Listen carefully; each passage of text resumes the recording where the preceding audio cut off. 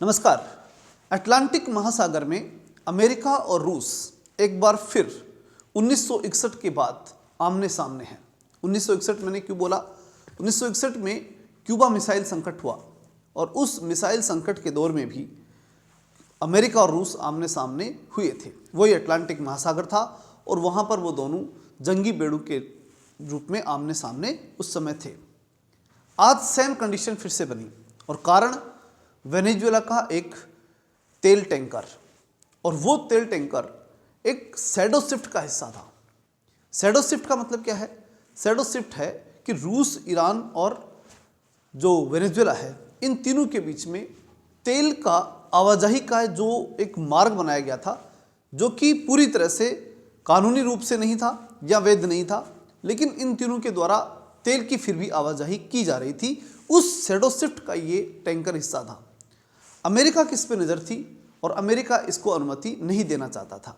अब चूंकि हाल ही के दिनों में जब वेनेजुएला के राष्ट्रपति मादुरो को चूंकि अमेरिका ने उठा लिया है और वेनेजुएला लगभग क्या 100% ही अमेरिका के कंट्रोल में है, तो ऐसी कंडीशन में वहाँ से अगर वो तेल जाएगा या तेल टैंकर जो है आज जाए और ये वापस आए, तो ये बर्दाश्त तो अमेरिका नहीं करेगा और ऐसा नहीं किया और अमेरिका ने उसका पीछा किया और पीछा करके उस पर कंट्रोल कर लिया। हालांकि रूस ने उसे एस्कॉर्ट किया और उस जो तेल टैंकर है उसने अपना नाम बदला और रूस का झंडा लगा भी लिया। ये सारे काम उसने कर लिए और रूस का झंडा लगा करके और फिर उसके बाद में अपना एस्कॉर्ट के रूप में कि भाई हम रूसी हैं और हमें रूस एस्कॉर्ट कर रहा है, हम रूस जा रहे हैं, इस प्रकार का पूरा उसने जो है समुद्री व्यवस्था के तहत जो नियम कायदे हैं उनके तहत अपने को ढालने का प्रयास कर लिया। रूस एस्कॉर्ट करता रहा, लेकिन उसके बावजूद अमेरिका के सैनिकों ने इसके ऊपर कब्जा कर लिया। अब वर्तमान स्थिति उसकी ये है कि वो ग्रीनलैंड और ब्रिटेन के बीच में बताया जा रहा है। अब ऐसी स्थिति में कि वो उस पूरे महासागर के बीच में वहाँ पर है, उस महासागर में पूरी तरह से वो है और रूस और अमेरिका एक दूसरे के सामने आमने सामने हो चुके हैं और टेंशन इस लेवल तक बढ़ गई है कि अमेरिका ने एक्स के ऊपर, अमेरिका के जो कोस्ट गार्ड के लोग हैं उन लोगों ने एक्स के ऊपर लिख दिया है कि भाई हम अमेरिका के किसी भी दुश्मन को नहीं छोड़ेंगे या किसी भी विरोधी के ऊपर हम कार्रवाई कर सकते हैं। इस प्रकार का जो एक्स के ऊपर कमेंट उन्होंने कर दिया और एक तरह से रूस को चेतावनी दे दी कि हम बिल्कुल भी इसे बर्दाश्त नहीं करेंगे, ये हमारे कब्जे में है। इसी प्रकार से रूस ने एक निवेदनात्मक रूप में कह दिया कि आप इसका पीछा छोड़िए, इस तेल टैंकर को जाने दीजिए और मुद्दे को यहीं ख़त्म कीजिए।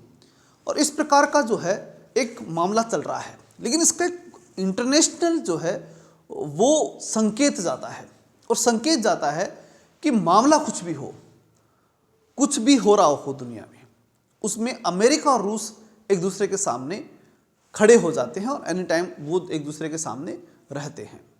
अब इसी प्रकार का एक मुद्दा इसे जुड़ा हुआ, अमेरिका से जुड़ा हुआ, वो है कि ग्रीनलैंड के ऊपर भी अमेरिका दावा कर रहा है और कह रहा है कि ये हमारे सुरक्षा कारणों से बहुत महत्वपूर्ण है, हम चाहे से सैनिक कार्रवाई करें या कुछ भी करें, ग्रीनलैंड के ऊपर कब्जा करेंगे। और चूंकि ग्रीनलैंड को जो है वो कब्जा करने का विरोध में पूरा यूरोप आ चुका है और यूरोप ने एक होकर के डेनमार्क, जो जिसके कब्जे में इस समय ये है या जिसके संपर्क में बोल सकते हैं, जिसके अधीनता में मान लीजिए कि जिसे ग्रीनलैंड को डेनमार्क संभालता है, ये बात हम बोल सकते हैं, तो इन सब ने एक होकर के और डेनमार्क को सपोर्ट किया है और सपोर्ट करके बताने का प्रयास किया है कि हम कैसे भी करके अमेरिका की दादागिरी को नहीं चलने देंगे।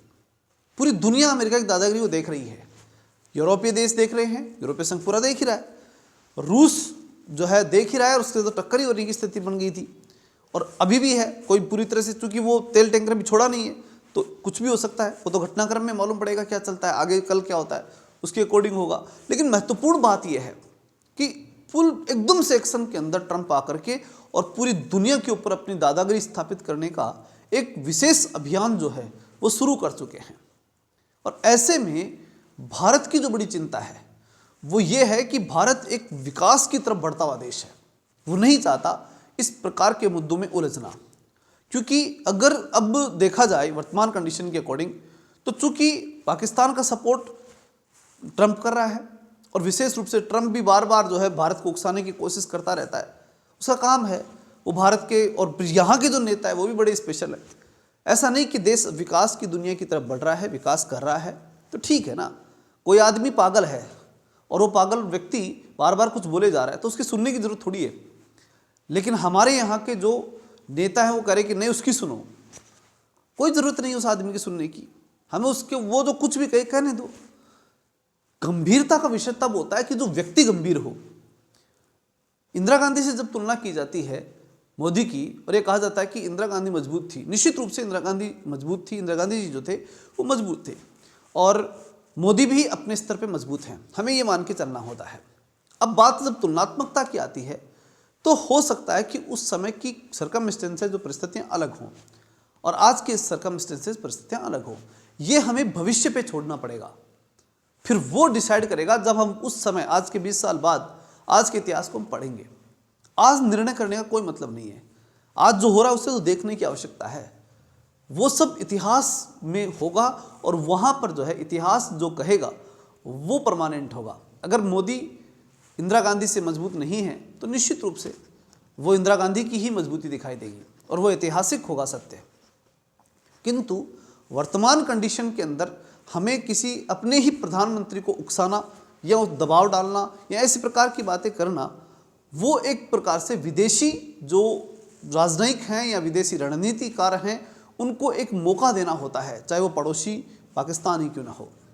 इसी विषय को लेकर के एक महत्वपूर्ण जानकारी और भी है, और वो ये है कि पाकिस्तान ने जो है वो ड्रोन भारत की तरफ जो एक रणनीतिक रूप से ड्रोन भेजना शुरू किया, उसको चूँकि हम सुरक्षा के जो यंत्र हैं, अपने जो ड्रोन सुरक्षा की व्यवस्था है, उस सुरक्षा व्यवस्था के तहत हम ड्रोन को नष्ट भी कर रहे हैं, उनके कनेक्शन भी काट रहे हैं।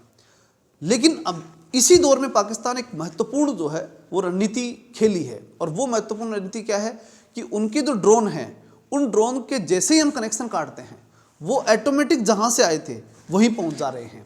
इसका मतलब अमेरिका ने पाकिस्तान ने एक विशेष उसमें टेक्नोलॉजी जोड़ी है, और वो टेक्नोलॉजी भारत की चिंता का बड़ा विषय बनती है कि वो ड्रोन आते हैं और हम उनका कनेक्शन काटते हैं और वो ड्रोन वापस से पाकिस्तान चले जाते हैं। यानी हमारी सुरक्षा की जितनी भी जानकारियां हैं वो पाकिस्तान की तरफ जा रही हैं, और इसके ऊपर जो है ये हमारे लिए एक बड़े चिंता का विषय बनता है। इसी प्रकार की महत्वपूर्ण जानकारियों के लिए चैनल को सब्सक्राइब करें, लाइक करें, अच्छा लगा हो तो शेयर जरूर करें। मिलते हैं नेक्स्ट वीडियो में, तब तक के लिए जय हिंद, जय भारत।